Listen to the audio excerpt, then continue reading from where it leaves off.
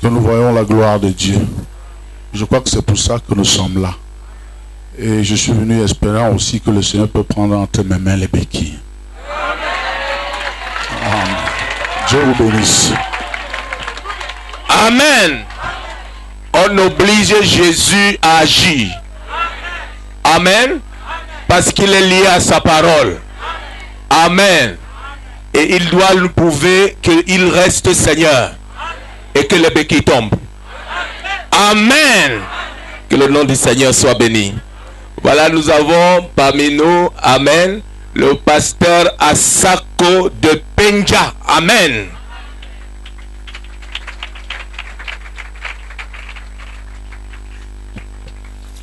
Que l'Éternel vous bénisse. Que Dieu nous assiste. Que le grand je suis soit avec nous. Amen. Amen. Nous allons à Bafan aller chercher un ancien qui est là-bas. Amen. Amen. Nous appelons le pasteur Ganchou. Amen. Sous vos acclamations. Amen.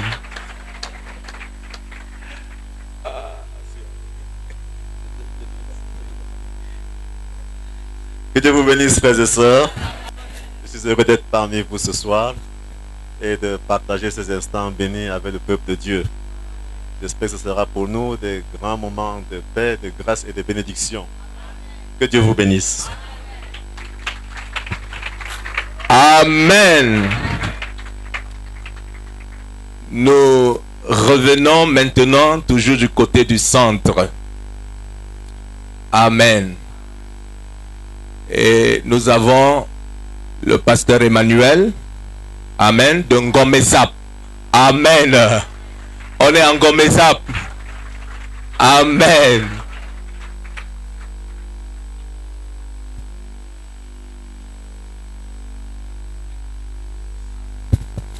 Que le Seigneur vous bénisse.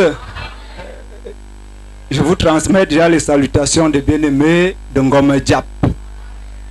Je suis très heureux d'être ici ce soir.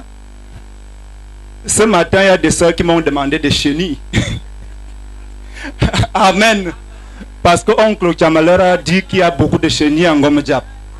Mais je n'ai pas amené les chenilles. Ce que j'apporte, c'est le Saint-Esprit. Que le Seigneur vous bénisse. Amen. Le pasteur Emmanuel n'a pas apporté de chenilles, mais il est porteur d'un message. Que le nom du Seigneur soit béni. Amen. Amen. Voilà, nous allons maintenant dans l'international. Nous avons le premier pasteur du Gabon, le pasteur Alain Badinga. Sous vos acclamations. Oh, shalom ancien. Que le Seigneur vous bénisse. Je vous apporte les salutations des frères et des sœurs du Gabon, en particulier celles de mon église. Dieu vous bénisse. Amen.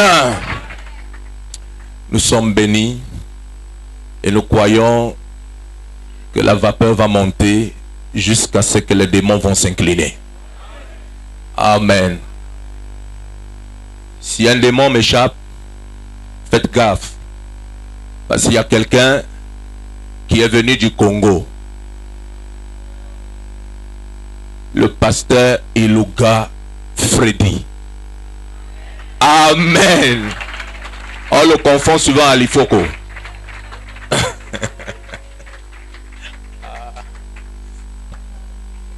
Shalom. Que Dieu vous bénisse. Amen.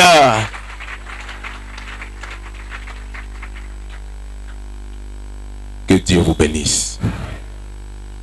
Nous remercions le Seigneur aussi parce que c'est pas resté derrière. On est allé en Guinée équatoriale, à Bata particulièrement, chercher notre bien-aimé, le pasteur Epifanio. Amen.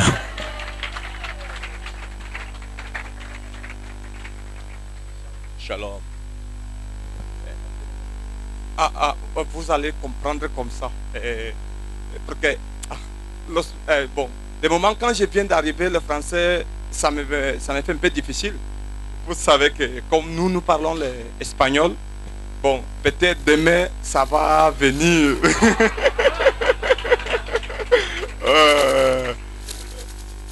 Que Dieu vous bénisse. Estoy muy contento. Espera. Bon, je suis très heureux d'être parmi vous. Je vous salue tous. J'apporte les salutations de l'église de Bata Belén Tabernáculo, de mi iglesia y todos los hermanos de allá.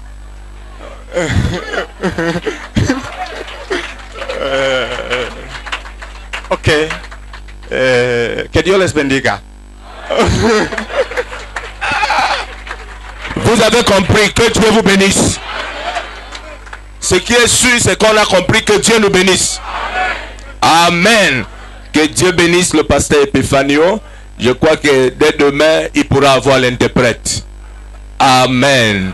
Que le nom du Seigneur soit béni. Amen. Nous avons parmi nous une autre boule de feu. Parce que j'ai dit à Satan, tu auras chaud. Je vais te créer des problèmes. Je vais appeler tous les Branham pour te fouetter. Et je suis convaincu que s'il rate la flèche de Dieu, attention, il semble que le prophète Élisée est là quelque part. Amen. Et nous avons parmi nous le pasteur Félicien qui nous vient juste de l'autre côté aussi du Congo, mais particulièrement, attends, la ville là elle est frontalière à l'Ouganda. On l'appelle Chip. Il va prononcer lui-même ce nom. C'est trop compliqué.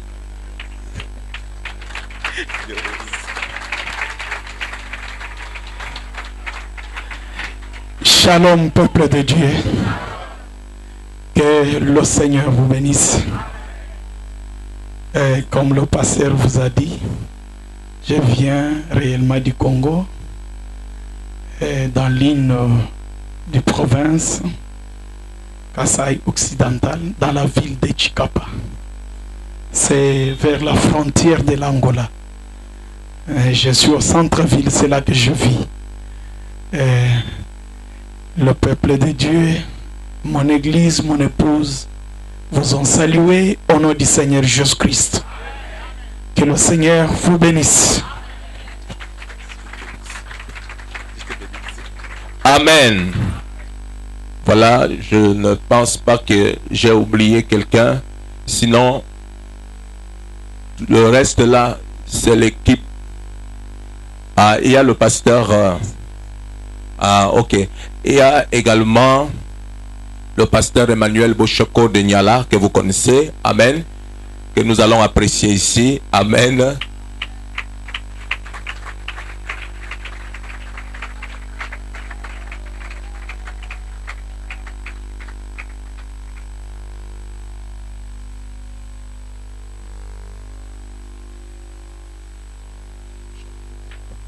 Que Dieu vous bénisse. Nous remercions le Seigneur pour cette vague qui s'élève. Puisse-t-elle ôter de la mer tout ce qui est mauvais. Et en attendant tout ce qui arrive, que la paix du Seigneur soit avec vous. Amen. Amen. Vraiment, ils sont nombreux, toute l'équipe de Bethléem. On ne peut pas se mettre à citer Papa Tina, Papa Mayo, ils sont nombreux, Pasteur Calvin. Amen. Ben, je crois que Dieu vous connaît. Oh, Pasteur Mayo aussi est là-bas de l'autre côté. Vraiment, que le Seigneur vous bénisse. Pasteur Lélé va aussi venir saluer l'église. Amen. Lui, c'est le pasteur de Bepanda.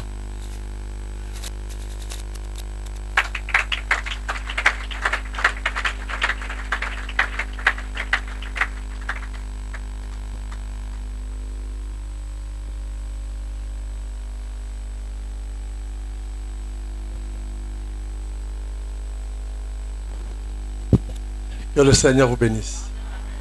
Je suis dans l'expectative. Shalom. Amen. Je sais que ce soir, si j'ai eu beaucoup de l'énergie pour l'organisation de cet événement, c'est parce que Dieu a mis, où je me suis placé à côté de mon grand frère. Amen. Et quelquefois, on nous confond. On se demande si on n'est pas sorti du même ventre. Amen. Donc, quand il retardait encore, je disais, mais c'est pas bien qu'il retarde. C'est le révérend pasteur Nkemi Félix de Sion Tabernacle.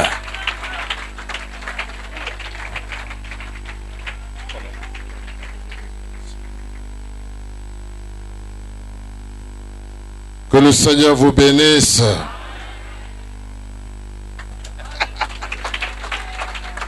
Amen. On économise le temps pour que la parole ait beaucoup du temps. Et je bénis le Seigneur pour le pasteur Félix. Amen. Parce que il a contribué beaucoup pour mon développement. Ça, je peux vous le dire. Je suis arrivé en Douala en 96. Depuis 96, je suis resté à l'église de l'Obaba où il a été mon pasteur. Jusqu'au jour où le Seigneur a permis que je sois ici pour commencer cette œuvre. Et je voudrais vraiment être reconnaissant au Seigneur, savoir que si je suis devenu quelque chose, sa main y a été. Et que le Seigneur le bénisse richement. Amen. Et je me suis abstenu pour donner la parole à tous les pasteurs de Bethléem parce que je sais que l'homme que Dieu a choisi ce soir pour nous entretenir, c'est le pasteur Samuel Baoya. Amen. Beaucoup de sacrifices, mais je crois que ce soir, Dieu va nous bénir. Amen. Je ne voudrais pas perdre le temps, seulement vous demander de vous mettre debout. Et pendant que vous êtes debout, je donne l'occasion, elle est même où la sœur Hortense, de chanter pendant que le pasteur est en train d'entrer.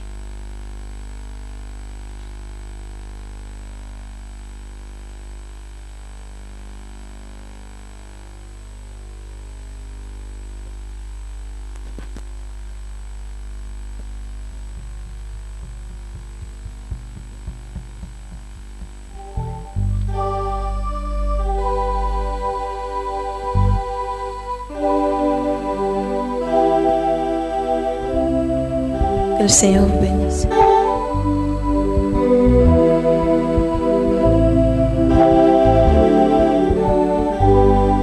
Tu m'as raconté ton histoire. Tu avais toi-même voulu arriver un peu tard lorsque fut séduite par le serpent. Et si tu accomplissais ton plan, tu as pris la terre déjà souillée. Le diable y était déjà précipité. Tu as fabriqué ma chair tout en sachant que quand je tomberai, toi tu m'élèveras. Tu m'as révélé ton secret. Autant la peur à moi, car tu contrôles tout à cause de ton amour. Oh Elohim, oh Elohim, tu as laissé la mort pour manifester ta vie. Tu as laissé la chute pour manifester ton salut. Tu envoies Moïse avec un bâton pour dire au Pharaon de libérer ton peuple. Tu endurcis le cœur de Pharaon pour montrer ta puissance à toutes les nations. Israël tremblait de peur. Israël tremblait de terreur. Devant eux, il y avait l'océan. Derrière eux, les Égyptiens sur leurs chars. Des deux côtés, il y avait le rocher. Ils ne pouvaient grimper ni nager. Pharaon se moqua de l'Éternel. Mais l'Éternel, dans sa gloire, fendit la mer.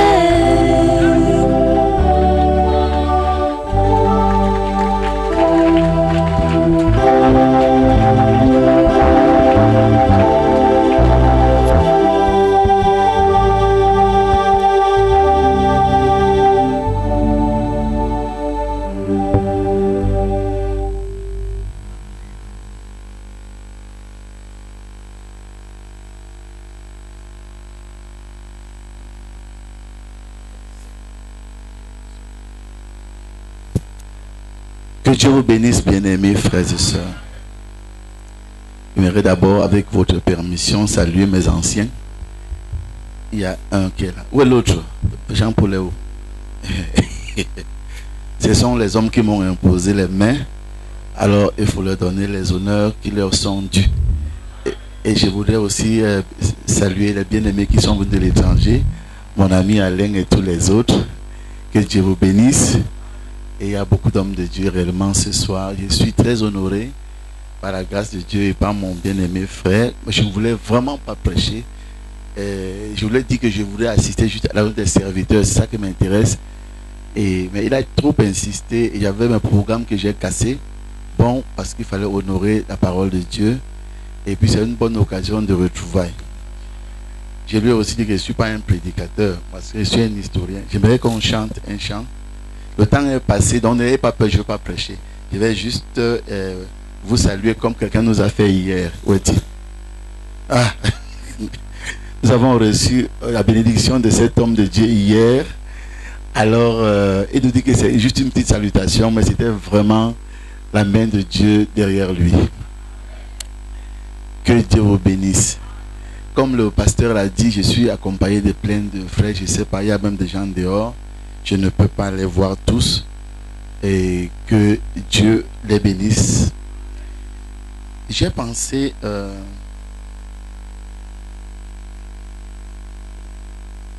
si vous le connaissez, c'est un vieux chant dans les chants de victoire que j'aimerais que nous, dans les ailes de la foi plutôt,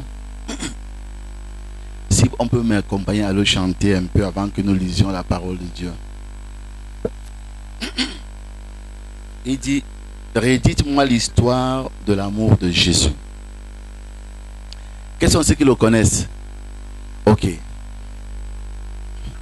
Redites-moi l'histoire de l'amour de Jésus. Parlez-moi de la gloire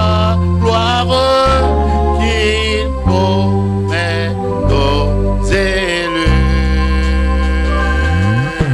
J'ai besoin qu'on m'instruise, car je suis ignorant, car Christ me conduise comme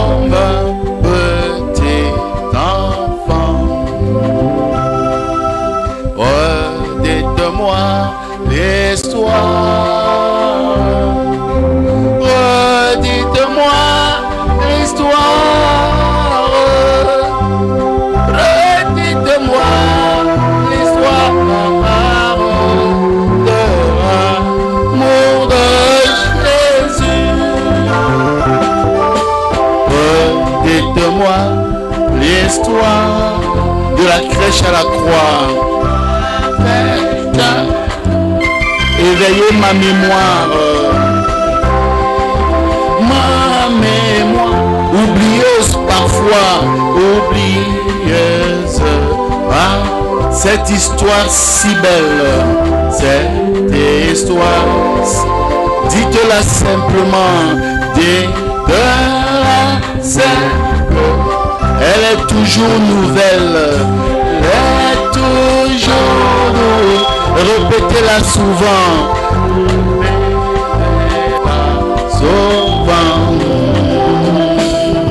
Redites-moi l'histoire.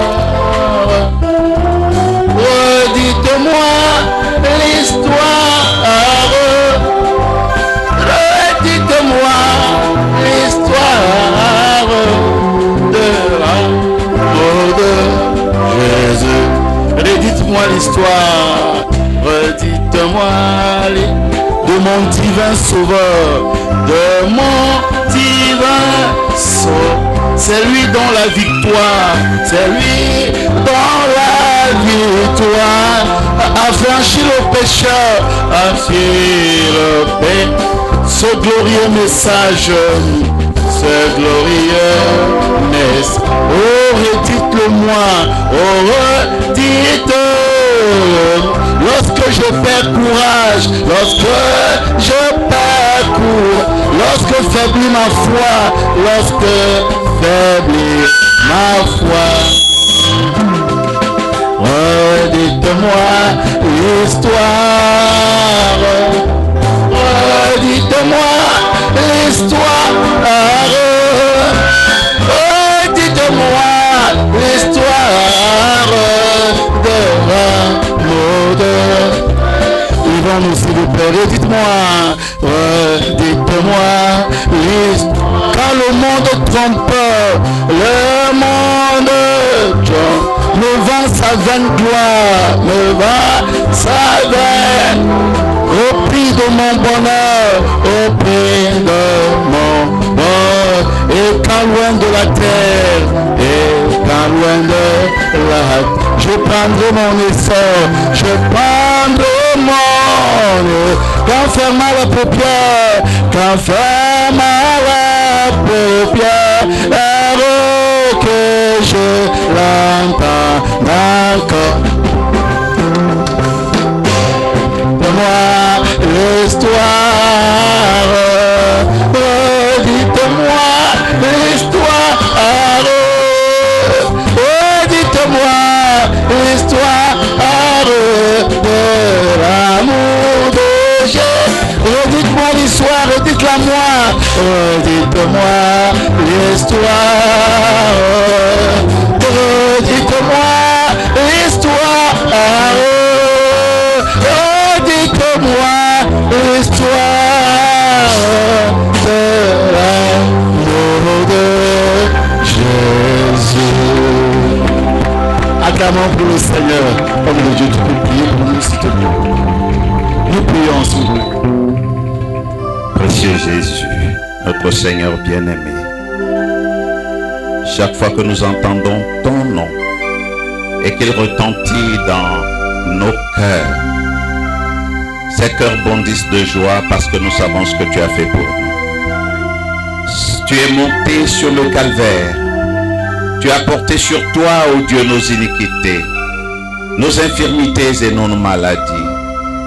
Et par ta mort, tu nous as affranchis du péché. Tu as fait de nous fils et filles du royaume béni de ton Père. Oh, combien nous aimerions entendre toujours et toujours cette merveilleuse histoire de la rédemption. Et ce soir, Seigneur, nous sommes rassemblés ici, nous attendons à ce que le Saint-Esprit de Dieu s'empare d'un homme, l'un d'entre nous, l'élève et l'agite au-dessus de nous, afin que les bienfaits de notre Père Céleste tombent en abondance encore sur son peuple. Nous croyons que tu l'as déjà accompli et nous sommes là pour ramasser les fruits. Reste à jamais béni notre Père, alors que nous te prions. Dans le nom de Jésus, notre Sauveur et Seigneur. Amen. Dites-moi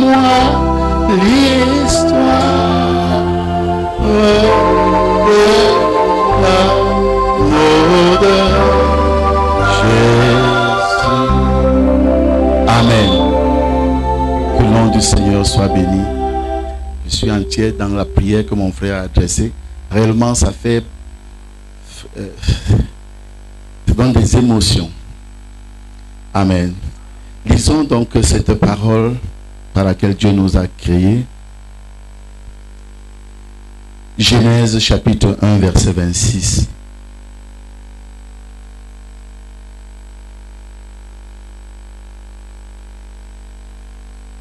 Puis Dieu dit, faisons l'homme à notre image, selon notre ressemblance, et qu'il domine sur les poissons de la mer, sur les oiseaux du ciel, sur le bétail, sur toute la terre et sur tous les reptiles qui rampent sur la terre. Dieu créa l'homme à son image, il le créa à l'image de Dieu, il créa l'homme et la femme. Et Dieu les bénit, et Dieu leur dit, soyez féconds, multipliez, remplissez la terre et l'assujettissez, et dominez sur les poissons de la mer, sur les oiseaux du ciel et sur tout animal qui se meut sur la terre. Amen. J'aimerais aussi lire dans Romains chapitre 8.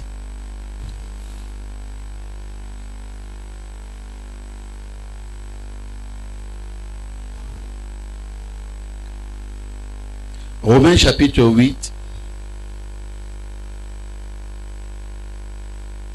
Je commencerai au verset 14. Car tous ceux qui sont conduits par l'Esprit de Dieu sont fils de Dieu. Et vous n'avez point reçu un esprit de servitude pour être encore dans la crainte, mais vous avez reçu un esprit d'adoption par lequel nous crions Abba, Père. L'Esprit lui-même rend témoignage à notre esprit que nous sommes enfants de Dieu. Or, si nous sommes enfants, nous sommes aussi héritiers. Héritiers de Dieu et co-héritiers de Christ, si toutefois nous souffrons avec lui, afin d'être glorifiés avec lui. Et j'estime que les souffrances du temps présent ne sauraient être comparées à la gloire à venir qui sera révélée pour nous. Aussi la création attend-elle avec un ardent désir la révélation des fils de Dieu. Car la création a été soumise à la vanité, non de son gré, mais à cause de celui qui l'y a soumise, avec l'espérance qu'elle aussi sera affranchie de la servitude de la corruption pour avoir part à la liberté de la gloire des enfants de Dieu. Nous allons lire un dernier passage. C'est dans Job chapitre 42.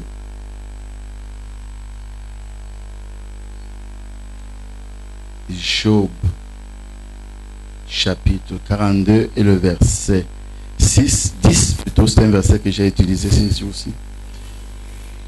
Job 42 verset 10. L'Éternel rétablit Job dans son premier état, quand Job eut prié pour ses amis, et l'Éternel lui accorda le double de tout ce qu'il avait possédé. Que Dieu bénisse la lecture de sa parole. Soyons nos bien-aimés frères et sœurs.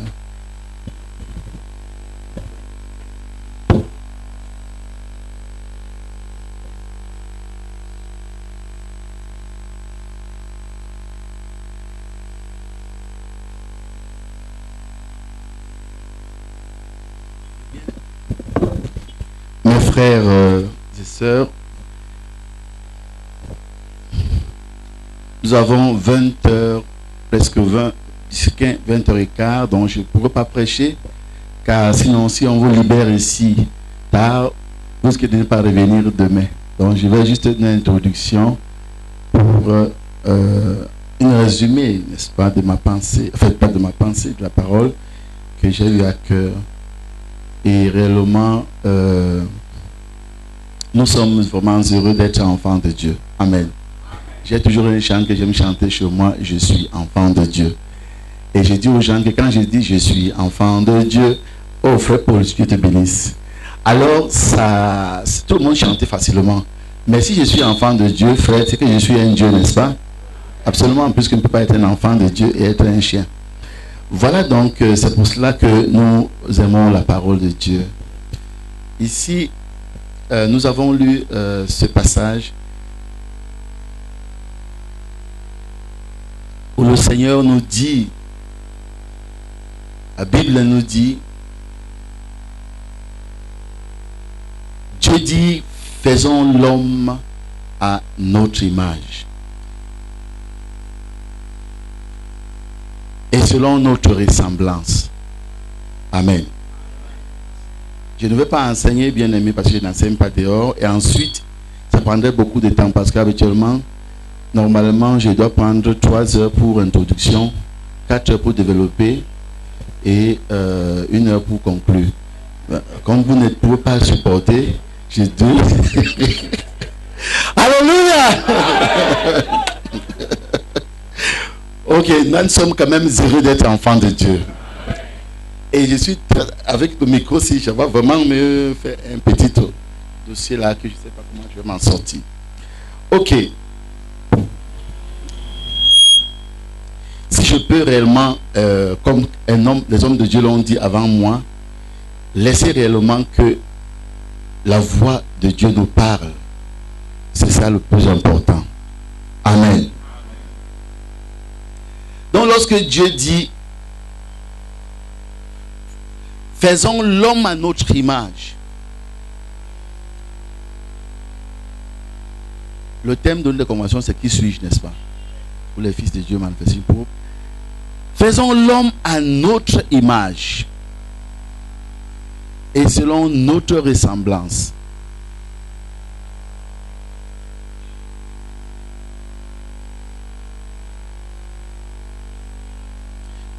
Et lorsque vous remarquez la suite de cette phrase, Dieu dit et qu'il domine.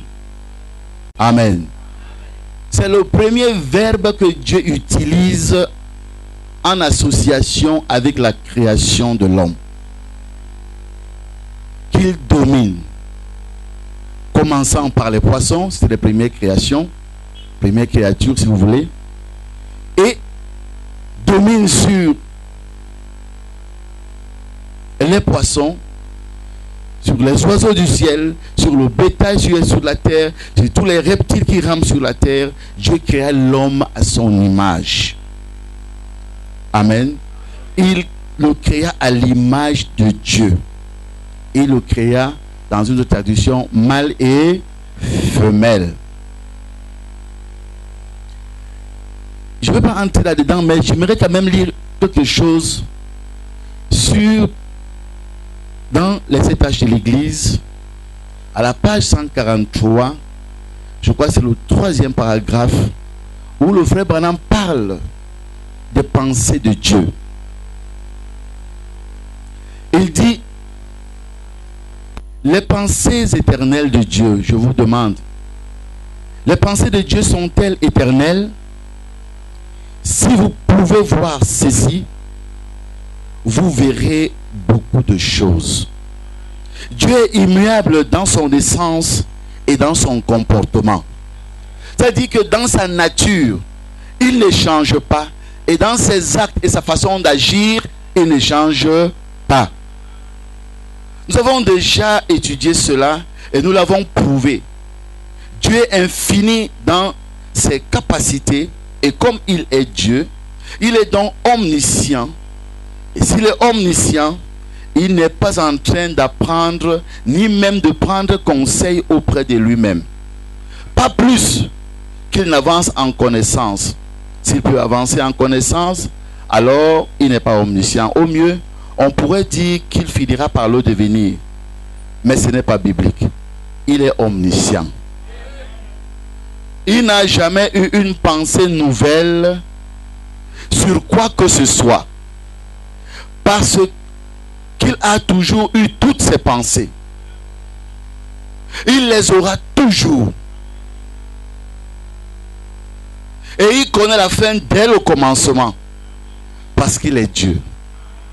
Les pensées de Dieu sont donc éternelles. Elles sont réelles. Bien-aimés frères, je lisais encore, je crois, dans les fils de Dieu manifestés, il dit que Dieu n'a pas une minute de moins que lorsqu'il nous criait. Parce qu'il est éternel. Et lorsqu'il est éternel et que ses pensées sont éternelles, ça veut dire quoi? Ça veut dire que la pensée de Dieu jusqu'à présent est que vous dominiez. Cette pensée n'a pas changé, elle n'a pas varié. Amen. C'est nous. Qu'est-ce qui s'est passé? Le prophète nous dit,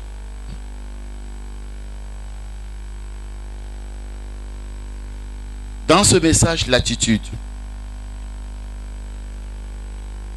il nous dit,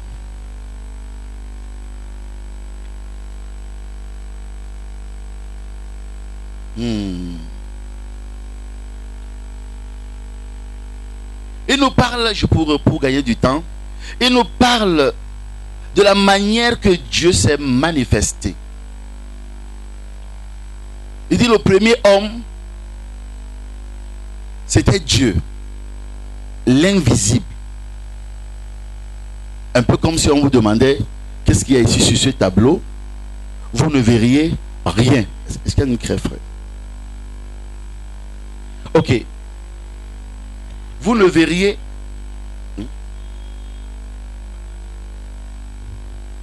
merci. Vous ne verriez rien. Mais après, il nous dit, il y a eu, dans ce vide noir, il y a eu un halo de lumière. Là, c'était Christ. C'était le Fils jouant devant, dit-il, il explique cela comme cela, comme devant la porte de son Père. Amen. C'était la deuxième manifestation de Dieu.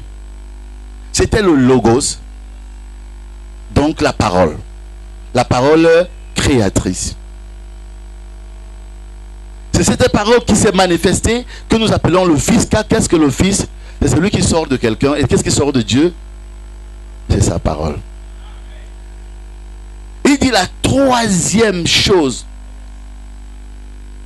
Oh, peut-être que je l'ai mal exprimé ici pour que les gens puissent voir. Merci, frère. Pour que je puisse exprimer ma pensée, n'est-ce pas? J'espère que les pasteurs ne vont pas m'en vouloir si je me trompe. Ce que je veux, c'est exprimer ma pensée. Amen. Alors, d'abord, il y a eu un halo de lumière. Amen. Vous allez comprendre pourquoi je le fais.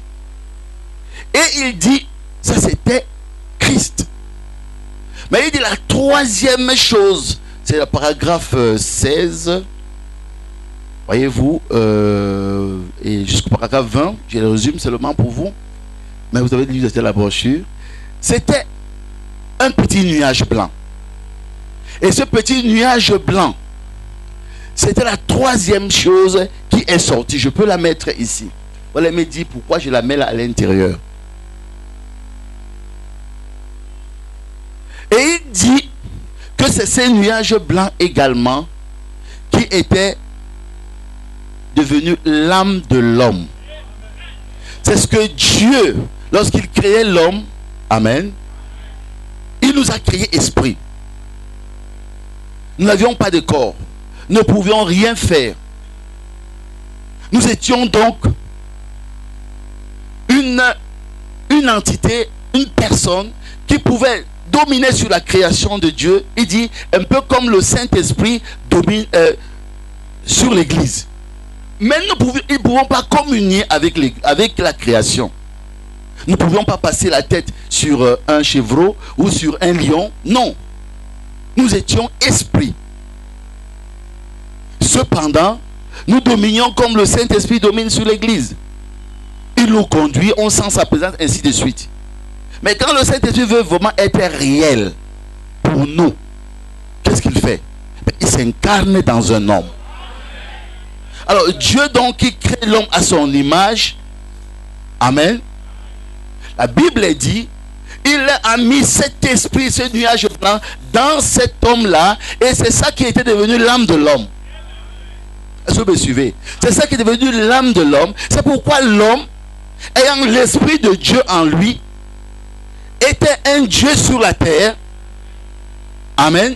Et il pouvait donc, regardez par exemple la création, quand Dieu crée les animaux, Excusez-moi, je ne veux pas l'enseignement, s'il vous plaît. Ne vous grippez pas. Je vais juste exprimer une pensée pour vous montrer, vous allez le voir par la Bible tout à l'heure, où qu'est-ce que Dieu veut de vous, qu'est-ce qu'il attend de vous, qu'est-ce qu'il a fait de vous. Alors, Dieu, il a créé cet homme, mais lorsque il a toute sa création, il demande à l'homme de donner des noms à tous ces animaux, à toute la création, afin que tout nom que porterait quelque animal, quelque créature que ce soit son nom. Mais je vais vous demander la question, comment est-ce que moi je peux créer ma chose et toi tu viens là lui donner un nom, si mon esprit n'est pas en toi? C'est la raison pour laquelle nous verrons que même dans le deuxième commencement, avec le dernier Adam, lorsque la parole faite chair est sur la terre, le même nuage blanc, si vous voulez, revient habiter dans la personne de Christ. Celui-ci est mon fils bien-aimé, à qui je prends plaisir à demeurer. Et c'est la raison pour laquelle il peut parler comme le Père lui-même. N'est-ce pas vrai?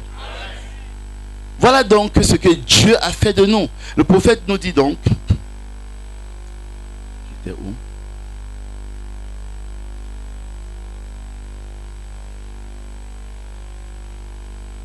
Et après que cet homme eut péché,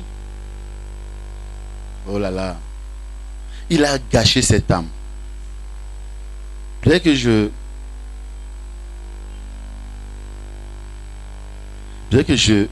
monte plus haut pour vous convaincre un peu, pour ceux qui n'ont pas lu la brochure. Et puis, nous allons faire ce deuxième homme. Le premier homme, vous venez de le voir, Dieu. Le deuxième homme était un halo. Et maintenant, il prend le troisième homme et le fait comme un petit nuage blanc. Il apparaît, nous pouvons le voir. Le Saint-Esprit qui descend. Et il est un homme tout fait. Ça, c'est l'âme de l'homme. Elle est donc éternelle. Et après que cet homme eut péché, il a gâché cette âme. Les ténèbres, l'obscurité, ils sont entrés. Et alors Dieu est descendu. Et il a vécu dans l'homme. Il a souffert avec l'homme. Et il a racheté l'homme. Et le Saint-Esprit entre dans l'homme et ôte de lui cette obscurité et le péché et le ramène dans une communion parfaite, une partie de Dieu. Et nous maintenant, nous sommes par le sang de Christ qui nous purifie du péché, nous devenons des fils et des filles de Dieu. Amen. Qui est Dieu? C'est celui qui s'est tenu là et qui a dans ses mains de ses mains sorti les étoiles et amené les mondes à l'existence et a fait des choses invisibles, la divinité. Et la divinité elle-même habite dans l'homme. Le Créateur qui a créé les cieux et la terre habite dans les hommes. Voilà ce que Dieu avait fait. Et Frère nous dit encore la même chose. Je crois que c'est la même. Notre brochure, elle est tellement prise que je ne pourrais pas les utiliser toutes. Oh. Il dit la même pensée dans son message, le fondement fondamental de la foi, paragraphe 28. Deuxième paragraphe du paragraphe. Oh, il y a quelque chose qui ne va pas. Alors qu'au commencement, Dieu vous a créé pour être maître de toutes circonstances. J'ai écouté le témoignage d'un frère, du frère Billy Paul, à qui on avait demandé, frère, tu as marché avec le prophète, quel est le plus grand miracle que tu as observé? Il disait, j'ai vu des morts ressuscités. J'ai même mangé des écureuils qui n'avaient ni papa ni maman. J'ai vu des sourds entendre et beaucoup d'autres choses, des tempêtes arrêtées. Mais le plus grand miracle que j'ai vu dans le ministère du prophète, c'est qu'il avait la maîtrise de toutes les circonstances. Qui aimerait avoir cela? Mais c'est pour vous. Amen. C'est l'origine. C'est authentique. c'est la parole de Dieu. Il n'y avait rien, rien ne pouvait arriver sans que vous en soyez maître. C'est pour cela que vous avez été créés. Amen. Voilà notre position originelle. Personne ici ne l'ignore. Je parlais ici ce soir parce qu'il peut y avoir quelqu'un qui peut-être n'a pas encore reçu Jésus-Christ comme son sauveur pour son rédemption. Ensuite, le péché est entré au travers de la chute et il a aveuglé les yeux vis-à-vis de ces choses. Et maintenant, Jésus est venu et a racheté cela. Et maintenant, le Père vous donne le Saint-Esprit pour vous conduire et vous diriger. Et il vous donne toutes ces promesses divines. Donc, bien-aimés frères et sœurs, pour aller rapidement, le Seigneur nous montre par sa parole que sa volonté permanente, immuable, il nous a créés à son image et à sa ressemblance. Il veut que nous dominions sur toutes choses. Toutes ces choses qu'il a placées dans cette terre. Parce qu'il a dit que les cieux appartiennent à l'Éternel et la terre au Fils de l'homme. Il n'y a donc rien, amen, rien qui devrait être au-dessus d'un homme. C'est pourquoi Jésus vient et dit, vous marcherez sur les serpents et sur les scorpions et sur toute la puissance de l'ennemi et rien ne pourra vous nuire.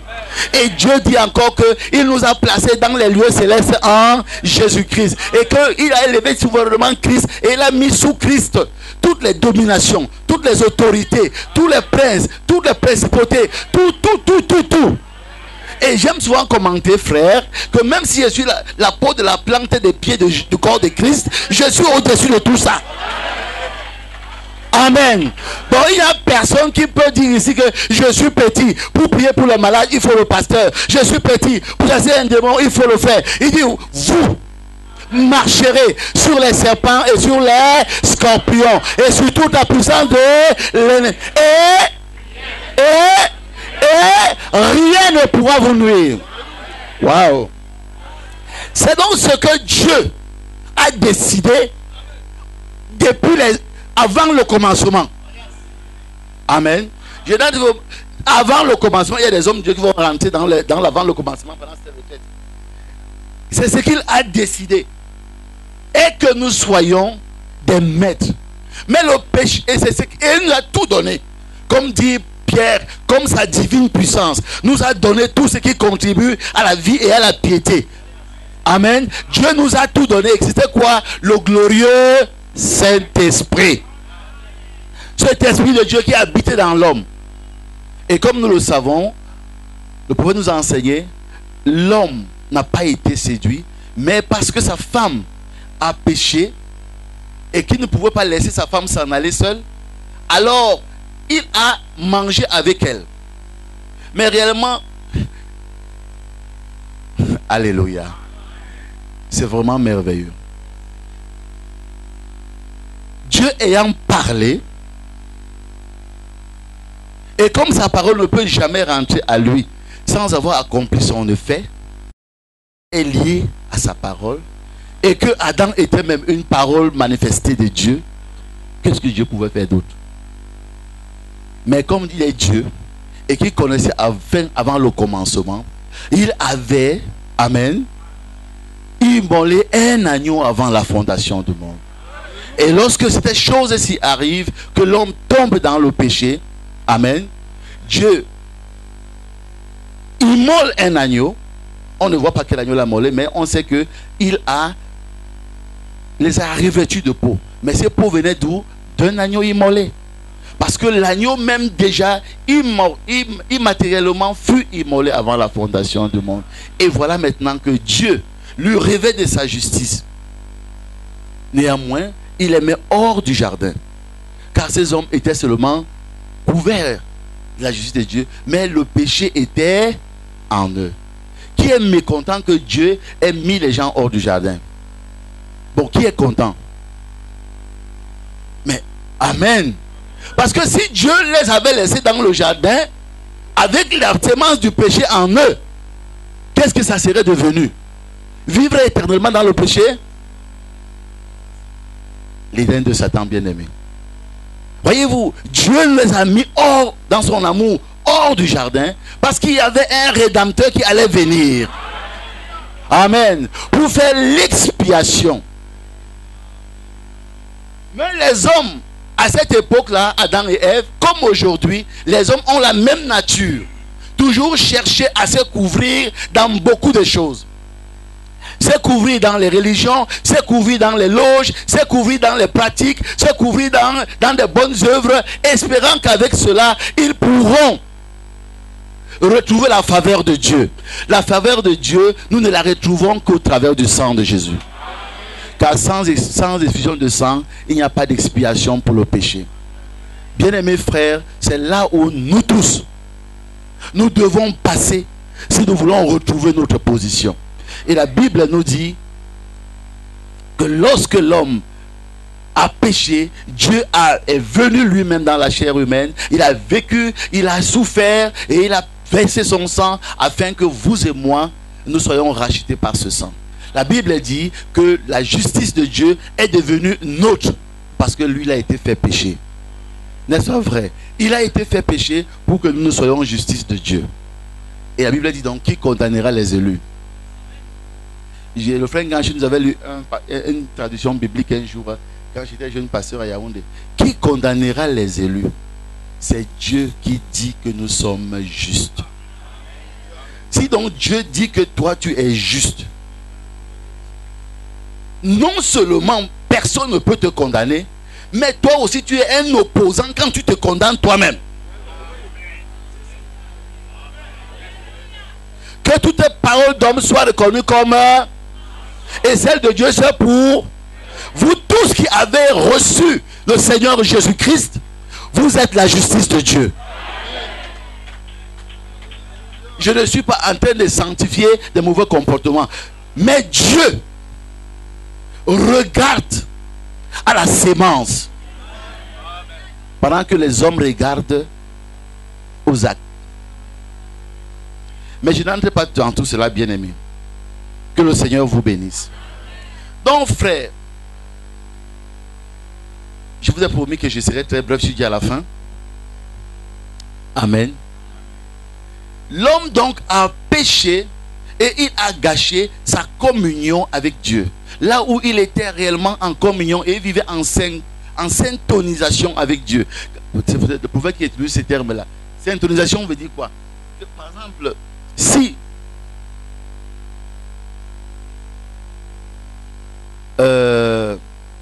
il y a un appareil radio ici qui joue et ou un appareil télévision et qu'il y a un téléphone portable, dès qu'un appel téléphonique veut venir dans le portable, l'appareil te le signale. Il fait déjà le bruit parce que les mêmes ondes vont là-bas. C'est ainsi que lorsque on est en communion avec Dieu, ce que Dieu ressent, nous le sentons ici. Ce que nous ressentons, Dieu le sent là-bas. Frère Madame dit que nous avons c'est pas Paul qui le dit, la pensée de Christ est en nous. Donc réellement, quand l'homme a péché, il a perdu cette merveilleuse grâce de Dieu. Mais lorsque le Seigneur revient pour accorder la rédemption, qu'est-ce qu'il fait? Beaucoup de gens, je le vois souvent dans la vie chrétienne, je le disais encore l'autre jour à l'église chez nous, ils pensent toujours qu'ils sont des hommes de Dieu spirituels. Alors ils sont gonflés, pas des prédicateurs, mais des chrétiens. Ils sont tellement gonflés. Mais quand le Saint-Esprit vient, amen, dans un cœur, dans une vie, la première chose par laquelle vous allez le reconnaître, il jette l'homme dans la poussière. La première chose qu'il fait, il jette l'homme dans la poussière. Regardez un grand prophète comme Ésaïe. Avant, il était né prophète. Il était sous un roi qui était son protecteur. Mais quand il prophétisait, qu'est-ce qu'il disait? Malheur aux voleurs, malheur aux menteurs, malheur à ceux qui allient maison sur maison, malheur aux adultères, malheur à vous ceci. Mais Dieu a vu que c'est bon. Mais le chapitre 6, quand Dieu le ramène et qu'il rencontre Dieu dans le temple, qu'est-ce qu'il a dit? Qu'est-ce qu'il a dit? Qu'est-ce qu'il a dit? Et le prophète dit, quand vous voyez un frère qui fait quelque chose de mal, c'est votre devoir de lui en parler et non d'en parler à d'autres. Mais très souvent, on fait le contraire. On va voir pourquoi j'ai dit cela tout à l'heure. Mais quand vous l'amenez en prière à la montagne, vous commencez à prier pour lui. Je sais que Dieu va commencer à vous montrer vous-même vos péchés. Il va commencer à vous montrer vos faiblesses. Et ce qui se passe, c'est quoi? C'est que finalement, Dieu te montre aussi par quel piège Satan a pu attraper ton frère. Et quand tu redescends sur la montagne, tu lui serres la main parce que vous êtes frères. Amen. Et je lisais un passage dans Romains où Dieu dit qu'il a renfermé tous les hommes dans la désobéissance afin de faire miséricorde à tous. Cela permet aux hommes, excusez-moi de faire cette parenthèse, de marcher sans entrer dans les dossiers qui relèvent de la compétence de Dieu. Notre dossier, c'est que nous sommes une nation sainte, une race royale, un sacerdoce royal, un peuple acquis. Amen. Un sacerdoce royal. Donc nous sommes des prêtres. Et le rôle d'un prêtre, c'est l'intercession. Amen. Donc mes bien-aimés frères et sœurs,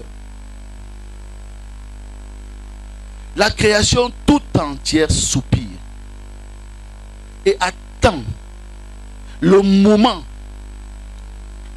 où les fils de Dieu vont retrouver leur position originelle. Frère dit dans ce message le fondement fondamental. Nous avons été bien rachetés, mais c'est comme si notre esprit est encore engourdi au point où nous avons toujours des comportements d'esclaves, bien qu'étant déjà des fils et des filles de Dieu.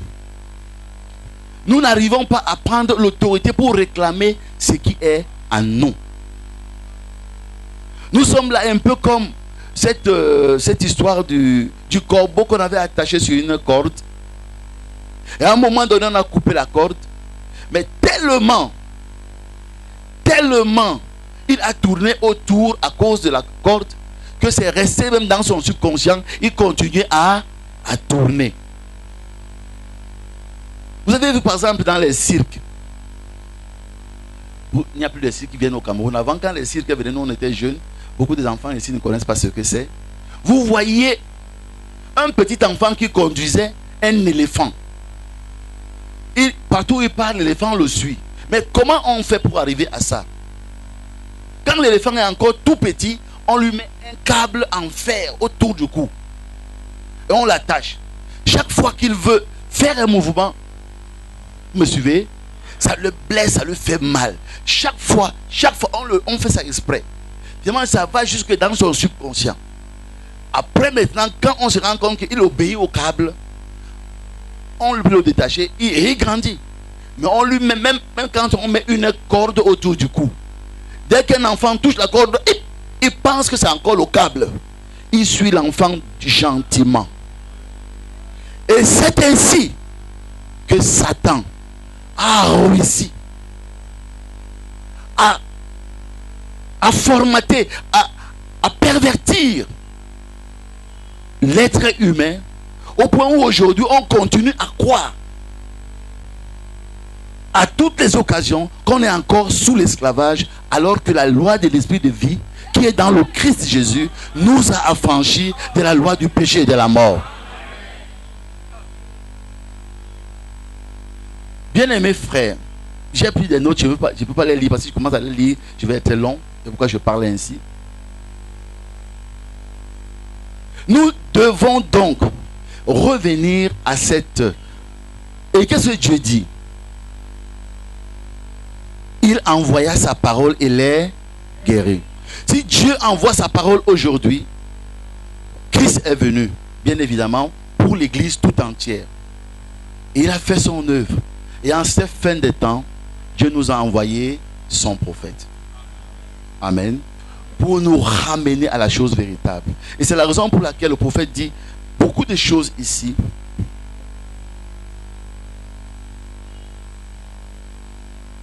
Oh mes frères.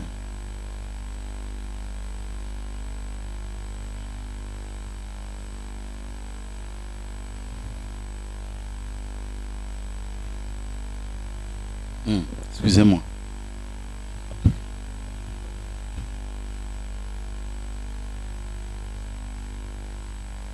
Ce prophète dit plein de choses. C'est l'embarras du choix en fait que j'ai ici pour vous lire une des citations.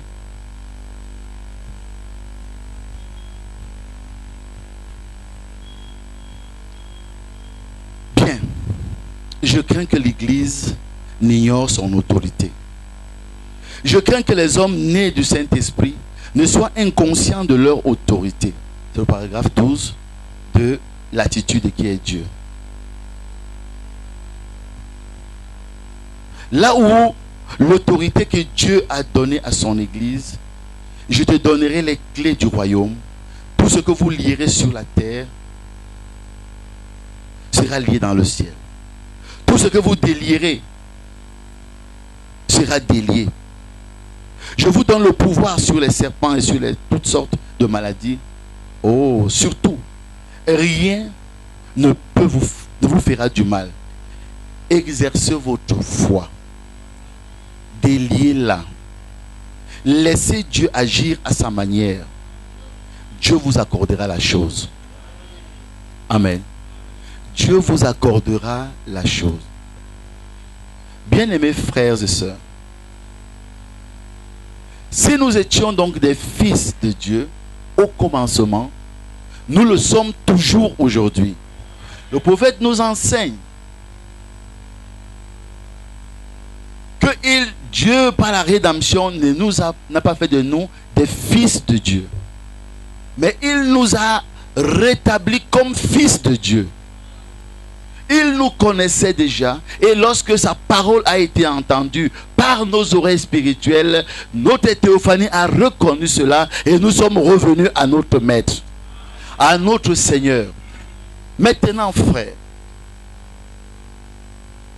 nous voyons que ces choses ne sont pas une réalité dans notre vie. Car je vais couper court, de peur que je ne perde votre temps. La création tout entière soupire. Nous connaissons tout ce que le prophète nous a enseigné. Et beaucoup d'entre nous, sinon tous, nous attendons la manifestation de cette glorieuse promesse de Dieu qui couronne ce message, qui couronne cet âge. Et notre âge est le plus glorieux de tous les âges. J'espère que tu n'es pas fâché, que je ne suis pas entré dans ton thème. Amen. Qui couronne tous les âges. Et le prophète nous disait, à chaque âge, Dieu avait donné une portion des Écritures. Mais à notre âge, c'est toute la parole qui est venue. N'est-ce pas vrai? Parce que notre âge a la responsabilité, amen, de ramener tout ce qui dort dans la poussière. Notre âge a la responsabilité de manifester cette glorieuse promesse du troisième pôle, de cet honneur, n'est-ce pas, de l'épée du roi. Voyez-vous, toutes ces choses, parce que c'est la même chose. Amen. Vous me suivez, frère? L'église aujourd'hui, l'épouse aujourd'hui, a la responsabilité de le manifester. Mais je disais l'autre jour aux frères, honnêtement, c'est notre soupir ici. Si ce n'était pas ces soupirs, des hommes de Dieu n'auraient pas payé le transport, la billet d'avion pour venir ici. D'autres n'ont pas laissé les problèmes pour venir. Nous avons tous un même soupir. Et ce soupir, c'est de voir les promesses de ce message se réaliser littéralement. Nous voulons voir la divinité marchant littéralement sur la terre. Non pas seulement au pasteur, mais en chacun de nous. C'est ce que nous voulons, n'est-ce pas vrai? Et c'est la promesse qui nous est faite. Et Dieu ne peut pas revenir sur sa parole. Vous savez, quand Dieu fait une promesse, ne vous inquiétez pas. Vous pouvez mourir, mais la promesse va arriver. S'il te fait la promesse à toi, et que tu dises, oh, je tiens Dieu, parce qu'il m'a fait la promesse, mais je veux vivre n'importe comment. Laisse tomber. Tu vas mourir, tes enfants vont manger la promesse là, mais pas toi.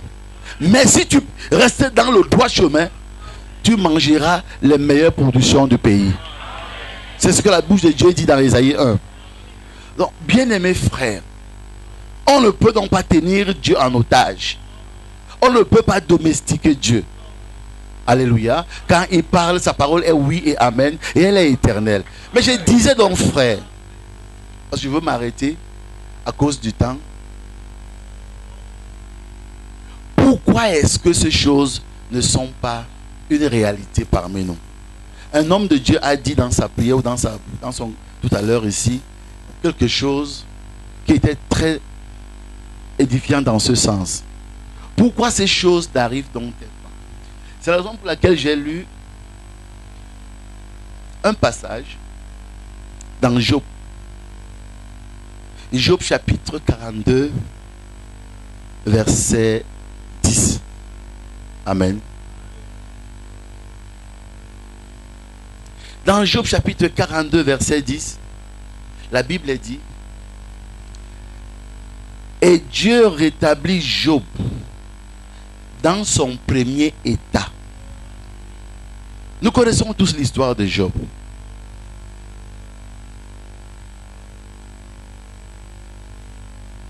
Nous savons qu'il était un homme créant Dieu et intègre.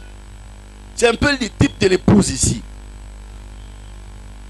Intègre dans ses voies. Au point où Dieu lui-même, amen, Dieu lui-même a... Est-ce que je... Ça sert, s'il vous plaît? Ça sert? Est-ce que je peux remplacer cela? Parce que vraiment, je suis très embêté. Non, je voudrais mettre celui-ci. Merci.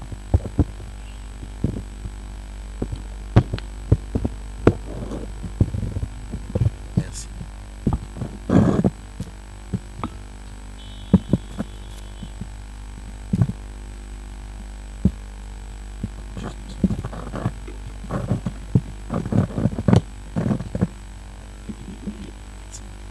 Amen. Vous me suivez, n'est-ce pas? Oh, j'étais très embêté avec... je ne suis pas habitué à tenir le micro en main. Alors, je parlais donc de Job. Dieu lui-même avait rendu témoignage de Job à Satan dans le ciel. Job dit, mais c'est parce que tu l'as béni. Amen. Tu l'as tellement enrichi que c'est normal qu'il te respecte, qu'il te craigne. Permets seulement que j'aille toucher à ses biens. Tu vas voir. Ok, Dieu l'a autorisé. Job va connaître tous les malheurs que vous connaissez. Mais quand il s'assoit, il dit, l'Éternel a donné, l'Éternel a repris, que le nom de l'Éternel soit béni. Une autre fois encore, Satan revient. Dieu dit à Satan, tu reviens encore. Tu as vu mon serviteur Job, tu m'incites à le perdre. Il n'y a pas d'homme comme lui. Ah, Seigneur. Tout ce qu'un homme a, il donne ça pour sa vie. Permets seulement que je touche à son corps, à sa santé, tu vas voir. Ok. Va, mais ne touche pas son âme. Et voilà Job qui tombe malade, les ulcères. Au point où même sa femme va lui dire, vraiment chérie, maudit Dieu et meurt. Bien-aimés frères, Job va connaître les douleurs, des tourments. Il y a une de ces phrases qui m'a beaucoup frappé. Il dit, même ceux dont je n'osais pas mettre les pères parmi les chiens de mon troupeau, eux aussi crachaient sur moi. Vous pouvez imaginer jusqu'à quel point Job avait été humilié. Et comme ça ne suffisait pas, ses amis, ses compagnons, eux aussi viennent commencer à lui faire discours. Oui, tu es un hypocrite. Oui, on savait bien que tu étais un hypocrite. Tu péchais en secret. Vous connaissez toute l'histoire de Job. Job se défendait. À un moment donné, il les a même appelés de consolateurs fâcheux, de médecins de néant, tellement il était hors de lui-même. Il sait qu'il n'a vraiment rien fait. Mais en fait, il y a une chose que je voudrais dire entre parenthèses. Job a dit une phrase qui peut aussi vous aider. Ce que je crains, c'est ce qui m'arrive. Et dans la vie, c'est cela. L'homme étant selon les pensées de son cœur, ce que vous pensez, c'est ce que vous devenez. C'est ce que vous attirez à vous. Il craignait tellement le malheur que le malheur lui est arrivé. Oui, mes amis. Alors, frère, mais pour couper court, Job était un croyant véritable. Un jour, il dit, mais je sais, oh, si mes paroles pouvaient être écrites comme le burin sur le rocher, mais je sais que mon Rédempteur est vivant. Et que le dernier s'élèvera sur la terre. Quand même mes yeux tomberont en pourriture dans mes orbites, avec ces mêmes yeux, je verrai Dieu. Je le verrai, il me sera favorable. Mais ça n'a pas arrêté les accusations, ça n'a pas arrêté les critiques, les humiliations. Il y avait des fois comme ça, il exprimait sa foi. Mes frères, où je veux en venir? Lorsqu'après Élie est parlé, Dieu est venu dans une tempête rencontrer Job. Et Dieu a dit, sème dans le terrain. Assieds-toi même là. Moi je vais t'interroger, tu vas m'instruire. Puisque tu estimes juste d'obscurcir mes desseins par des discours insensés. Dis-moi donc, tu étais là quand j'ai créé les cieux? Quand je mesurais l'étendue des firmaments? Est-ce que tu étais là quand j'ai fixé les limites des flots? Est-ce que tu étais là quand je mettais la Pléiade dans les cieux? Est-ce que tu étais là? Est-ce que tu étais là? Est-ce que tu étais là? Dieu l'a tellement posé des questions. C'était un peu comme si vous interrogiez votre poulet à la maison. Il a tourné la tête comme ça, dit, j'ai parlé des choses qui me dépassent. C'est pourquoi je me repens dans la poussière et dans la cendre. Voyez-vous, quand Dieu vient à quelqu'un, c'est la première chose. Ce n'est pas comme ça que je suis l'Iran. La première chose, d'ailleurs, pour connaître un homme de Dieu, c'est par l'humilité. Et il dit, mon oreille avait entendu parler de toi, mais maintenant, mon œil t'a vu. Donc toute la foi que Job avait manifestée là, parce qu'il avait seulement entendu parler de Dieu.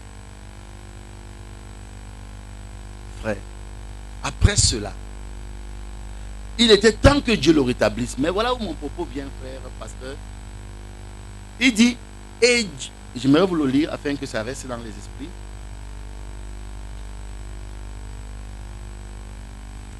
Il dit, l'Éternel rétablit Job dans son premier état.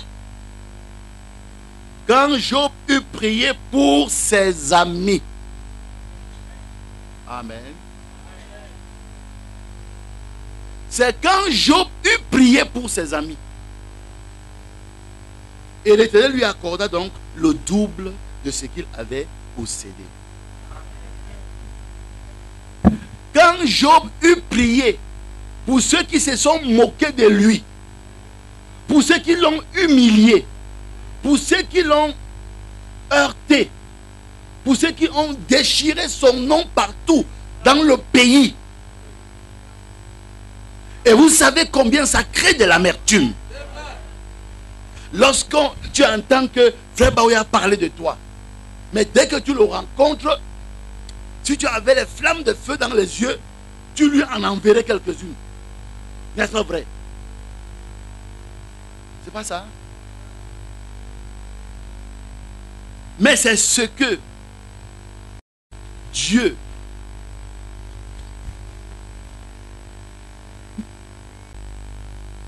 même ses serviteurs, tout le peuple, même ses amis, même sa famille, même ses collègues de service. Tous ces gens-là ont tellement, pendant tout ce temps, tellement parlé mal de Job. Mais bien aimés frères et sœurs, nous sommes sur la terre. Nous vivons. Mais nous ne savons pas. Comme dans le cas de Job. Quel est le conflit entre Dieu et Satan nous concernant? Des choses nous arrivent. Au lieu que nous rendons gloire à Dieu pour toutes choses, nous gémissons. Nous crions. Nous tempêtons. Nous voulons tout arranger avec nos forces. Nous voulons rendre le mal pour le mal. Injure pour injure.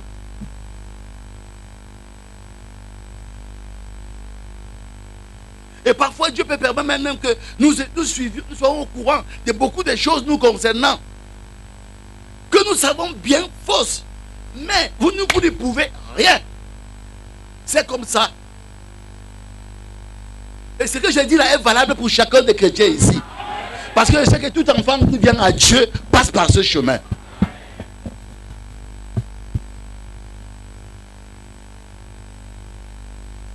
Et c'est ça qui amène souvent les divisions, les guerres, les bagarres, les réprimandes. Et quand nous étions encore, je dirais, des adolescents dans le Seigneur, dans le ministère, on prend même sur la chair, on bavarde. Mais ça, c'était de l'enfantillage parce qu'on ne comprend pas que c'est un chemin obligatoire pour tous les humains en Dieu. Depuis le temps d'Abel le juste jusqu'à présent. Mais, frère,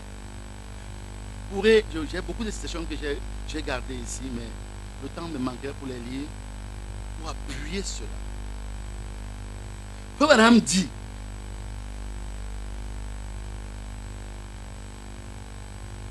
ensuite à l'intérieur, il y a... Bon, ok, je saute. Oh, la volonté. La volonté de Dieu entre dans l'homme, dans son cœur qui est l'esprit. Donc, de l'esprit vient l'âme et ensuite l'âme habite dans le corps. Bien quand un homme se convertit, disons que ça commence dans son cœur, juste comme ce petit bouton blanc. Cette portion, c'est Dieu. Quand il est né de nouveau de l'Esprit de Dieu, l'Esprit de Dieu habite en lui. Amen. Bien. Comme il peut laisser cet esprit grandir.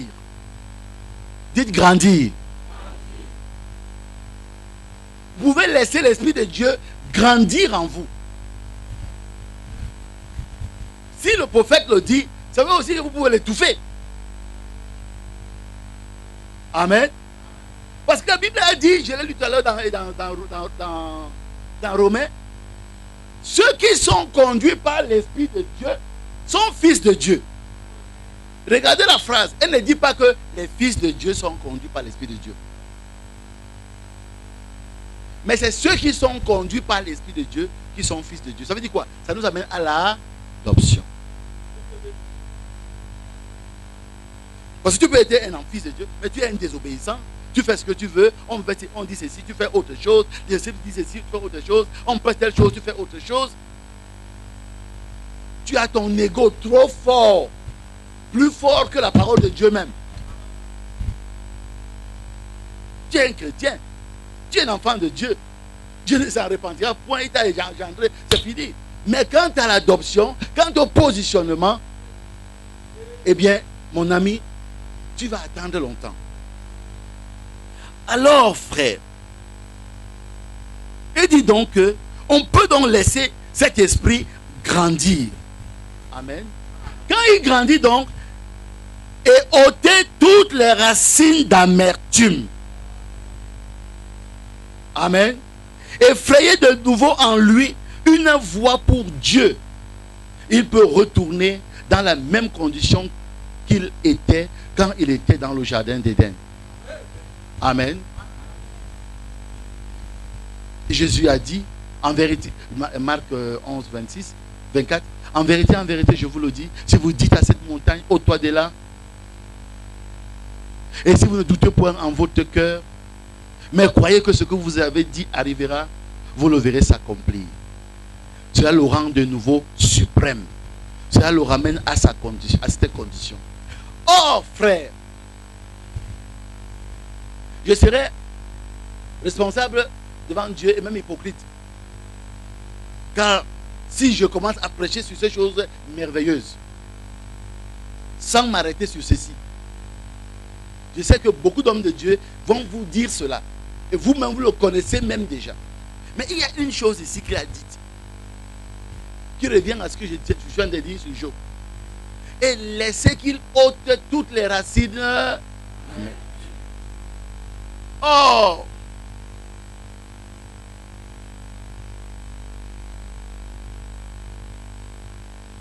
C'est quoi les racines d'amertume? C'est-à-dire, c'est quoi les racines? C'est-à-dire, les choses, les causes qui provoquent l'amertume dans ton cœur. Oh, frère Branham compare l'amertume dans le cœur comme à de l'acide sulfurique. Que quand l'amertume est dans ton cœur, la glorieuse colombe du Saint-Esprit ne peut pas y venir y poser ses petites pattes. Il faut donc que maintenant, tu acceptes cette discipline de l'esprit pour enlever les racines d'amertume. Amen. Dans son message, la parole faite chair, Frère Branham dit ceci au paragraphe 252. Merci bien aimé.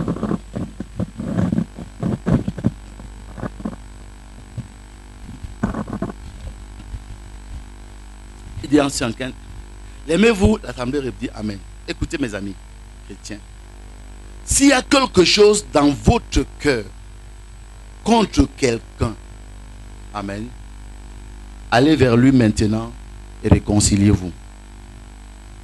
Oubliez tout du passé. Il n'y a pas d'Amen.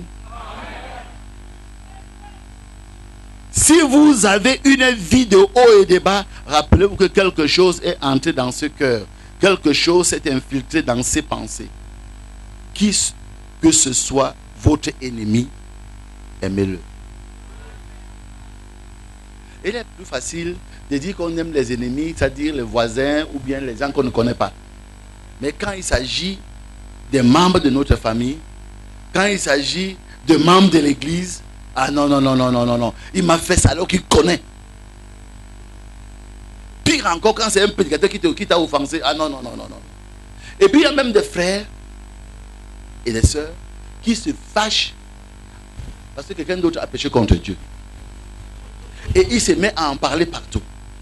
Il n'a pas volé ton argent. Il n'a pas arraché ta femme. Il n'a pas cambriolé ta maison. Mais tu portes son nom dans tout le territoire.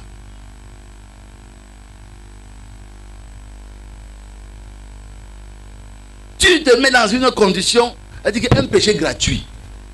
C'est un peu comme quelqu'un disait l'autre jour. Vous savez, il y a une cas qui est passée à Edea. Il y a un monsieur qui est devenu homosexuel. Il s'habille en femme, il met des choses comme ça dans le cabas. Il met le sac, il a mis le rouge à lèvres, il a mis la perruque, il a mis les talons, il marchait. Alors en route là, mes cousines commençaient à se moquer, à rire. Quand il venait, ils savaient que c'est de lui qu'on parle. Et quand il arrive à notre niveau, à leur niveau, il dit, quelqu'un portait ses chaussures et toi tu as mal aux pieds.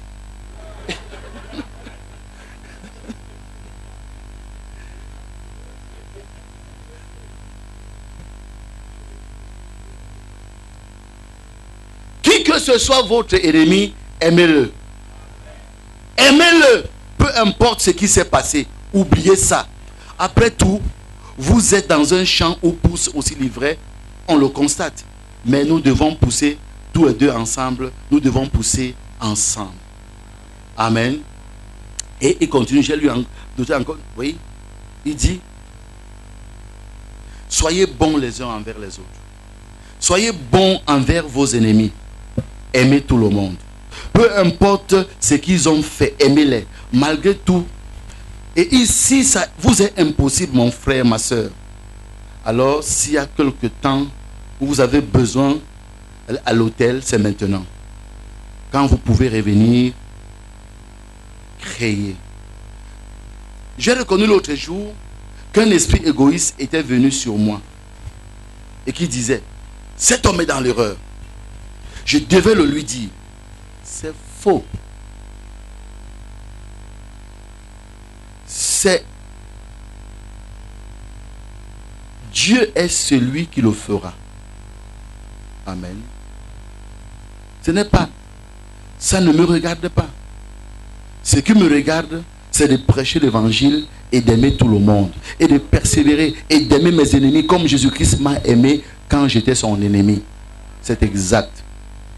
Quand je n'étais pas digne d'être aimé, il m'a aimé, il m'a pris sur son sein. Et quiconque n'est pas aimable, aide-moi à l'aimer quand même. Que l'esprit qui était en Christ soit en vous. Amen. Donc, bien aimés frères, la Bible dit de Jésus qu'il a intercédé pour les coupables. Mais quand nous lisons le Nouveau Testament, nous voyons bien de quel coupable il intercédait là. C'était contre ses propres ennemis. Père, pardonne-leur, car ils ne savent pas ce qu'ils font. Est-ce que Jésus était hypocrite? Il était sincère. En fait, ce que je veux dire ici, frère, pour ne pas prendre beaucoup de temps,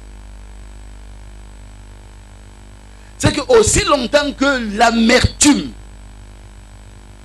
des torts que notre mari, notre femme, nos enfants, nos parents, notre église, notre pasteur, les diacres, le voisinage, qui que ce soit, nous a créés, nous ont causé.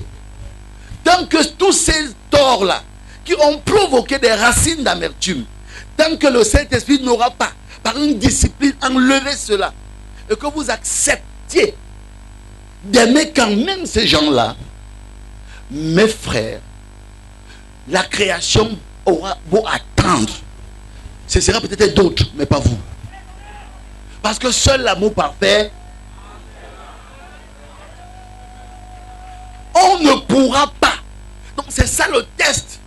Nous connaissons la parole, nous connaissons le message. Je ne peux rien vous enseigner, vous qui êtes assis là, dans ce message. Tout le monde a des ordinateurs. Donc il n'y a rien qu'on puisse vous enseigner. Même dans la Bible, tout le monde a une concordance biblique. Qu'est-ce que je vais vous dire? Mes frères, Dieu vient donc. Il est là. Il veut dire que dans 2 Chroniques chapitre 16 verset 9, l'Éternel promet ses regards sur toute la terre pour soutenir l'homme dont le cœur est tout entier à lui. Et Philip dit, Dieu vient avec ses dons plein les mains. Il cherche à qui les donner. Mais regardez quand votre maman rentre du marché, quand nous étions tous des petits enfants, il rentre du marché avec les beignets qui ont le sucre là. Tu connais ça au Gabon? Non, il n'y a pas ça là-bas. Et il est parti au marché à 6 heures. Quand il revient, comme demain c'est férié, elle revient à 10 heures. Et tous les enfants en train de jouer là. Dès que les enfants voient sa maman, il veut prendre. Hé, touche pas. Qu'est-ce que ça va te dire? Va laver les mains. Et quand tu es même trop sale, qu'est-ce qu'il va dire? Va te laver. Les beignets, c'est pour toi. C'est à toi que j'ai apporté ça. Mais si je te donne ça, avec les mains sales là, tu auras encore les amibes, tu auras encore, ça va encore me créer une autre facture. Va d'abord.